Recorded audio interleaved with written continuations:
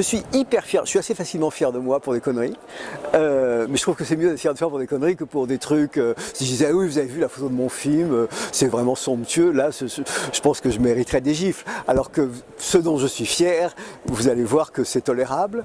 J'avais remarqué, enfin comme d'autres gens à ma place, que quand on est caméra à l'épaule, ce que je pratique beaucoup dans des foules, et notamment dans des foules de discothèques, où il y a de la lumière croisée dans tous les sens, on porte naturellement, enfin on porte la caméra, mais on porte l'ombre du ce qu'on appelle le parasoleil, qui est une boîte rectangulaire devant l'objectif, de cette taille-là, et cette ombre qui est très carrée, parce que la pièce elle-même est carrée, on la porte facilement, ce qui est normal, sur l'épaule ou la nuque ou je sais pas quoi, des figurants qui sont devant la caméra. Parce que comme les lumières viennent dans tous les sens, bon, c'est comme ça.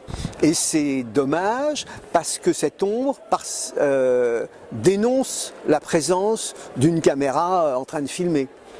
En tout cas, à mes yeux et à ceux de tous mes collègues et de tous les gens de cinéma, mais probablement même d'une certaine façon, même de façon peut-être inconsciente, aux yeux du public. Et alors j'ai eu l'idée de prendre du carton noir et de découper une espèce de demi-cercle en carton noir, donc épais comme ça, que je mets au-dessus de ce parasoleil. Donc au lieu que ce soit un rectangle comme ça, c'est un rectangle comme ça, et là ça fait comme ça. Donc ça projette plus facilement des ombres, parce que c'est plus haut, donc c'est plus facilement dans le champ, dans le faisceau du projecteur, mais l'ombre est ronde, elle ressemble à une tête, et du coup, personne ne la voit. C'est un truc que j'ai inventé, je suis fier comme un pou, mais c'est fait pour l'utiliser. La seule chose que je demande, c'est qu'on dise « Ah oui, c'est le truc de Denis Lenoir ». C'est toujours une question qu'on se pose. Enfin, d'abord, comme la nature humaine est ainsi faite qu'en général, on n'est jamais content de ce qu'on a, on voudrait avoir autre chose. C'est-à-dire que si je suis avec un réalisateur maniaque et qui me pilote au millième de degré près, il m'énerve, j'ai envie de l'étrangler, je me dis ah vivement un autre film que j'ai de la liberté. Et puis dès que j'ai de la liberté, j'ai l'impression qu'on me laisse à moi-même, enfin bon, etc. Je suis un emmerdeur, mais comme tout le monde. Enfin, je veux dire, c'est la nature humaine de toujours souhaiter autre chose que ce qu'on a. Tout existe il y a une espèce de total champ entre ceux ou qui j'ai parfois l'impression d'être juste un chef électricien en train d'exécuter ce qu'on me demande, et quand c'est à ce niveau-là, c'est un peu frustrant, si ça dure un peu longtemps, enfin si c'est une journée ça irait, mais si c'est pendant plusieurs semaines après semaine, j'aurais l'impression d'étouffer un peu. Si je suis laissé totalement à moi-même, j'ai pas le sentiment que c'est comme ça que je donne le meilleur de moi. J'ai toujours peur d'en faire des caisses, trop, faire le malin, ce qui est pas bien, ou au contraire de devenir paresseux, ce qui est pas mieux. J'aime bien avoir des instructions, savoir où je vais.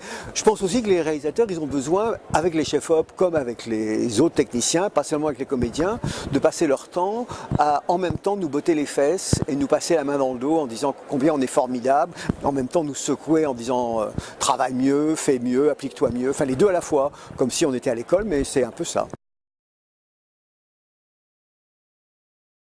L'étalonnage qui se passait au laboratoire photochimique autrefois, mais qui se passe encore et de façon beaucoup plus riche en numérique. Et pas seulement quand on tourne en numérique, déjà depuis 10 ans ou 15 ans, quand on tournait en film, la finition était déjà numérique. C'est un peu comme faire du Photoshop. Sur les images. C'est-à-dire que l'étalonnage au départ, et ce que c'était quand on était en photochimique, alors l'étalonnage en photochimique, c'était assez limité, mais très important quand même. Chaque plan du film, on pouvait le rendre plus clair, moins clair,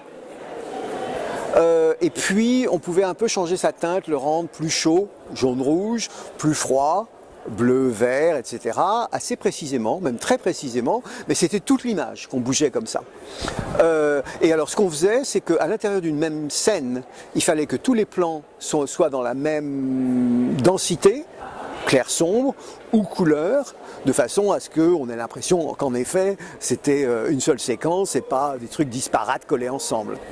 Et puis ensuite, chaque séquence elle-même, comme un tout, pouvait être plus claire ou plus sombre, ou plus chaude ou plus froide, façon de moduler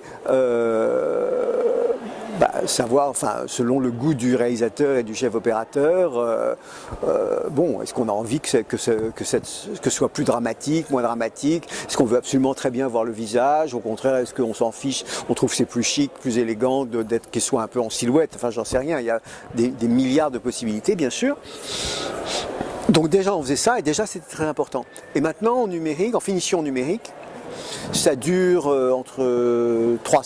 près de 3 semaines, cette étape-là, en numérique, et c'est capital.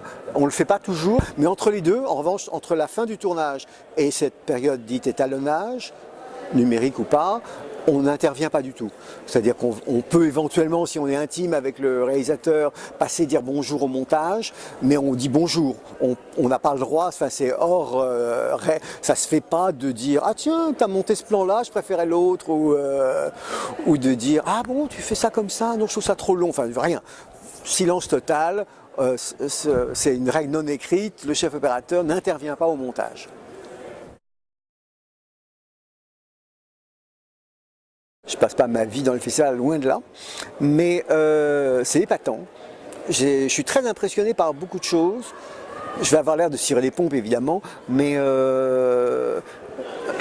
d'abord je suis impressionné par le nombre de films projetés. C'est insensé, 300 films en quoi 5 jours, 6 jours? Oui, enfin je sais pas, ça a commencé quand? Ah oui d'accord, donc c'est une semaine. Bon, en une semaine, 300 films, c'est dément. En plus, c'est dément en nombre, c'est dément en ambition, parce qu'il y a quand même des trucs très très pointus. Et puis, alors ça c'est les deux choses frappantes évidemment. En même temps, ça reste bon enfant. Enfin, je veux dire, on n'a pas l'impression que ce soit prétentieux, snob. C'est mon moment. Cirage de pompe, mais en même temps non, c'est sincère. Je suis frappé par l'amabilité des gens ici, c'est-à-dire les gens qui bossent, les jeunes femmes qui sont en train de donner des tickets à la porte ou je sais pas quoi, ou en bas à la caisse. J'ai eu des chauffeurs qui m'ont pris à Paris sans arrêt et ramené parce que je travaillais en même temps, donc je faisais sans arrêt des allers-retours. Ils sont absolument délicieux. Enfin, c'est voilà, c'est donc c'est enfin. Je sais pas, comme j'habite à moitié aux États-Unis, je sais pas si je reviendrai souvent à Amiens, mais l'idée d'y revenir en tout cas me plaît.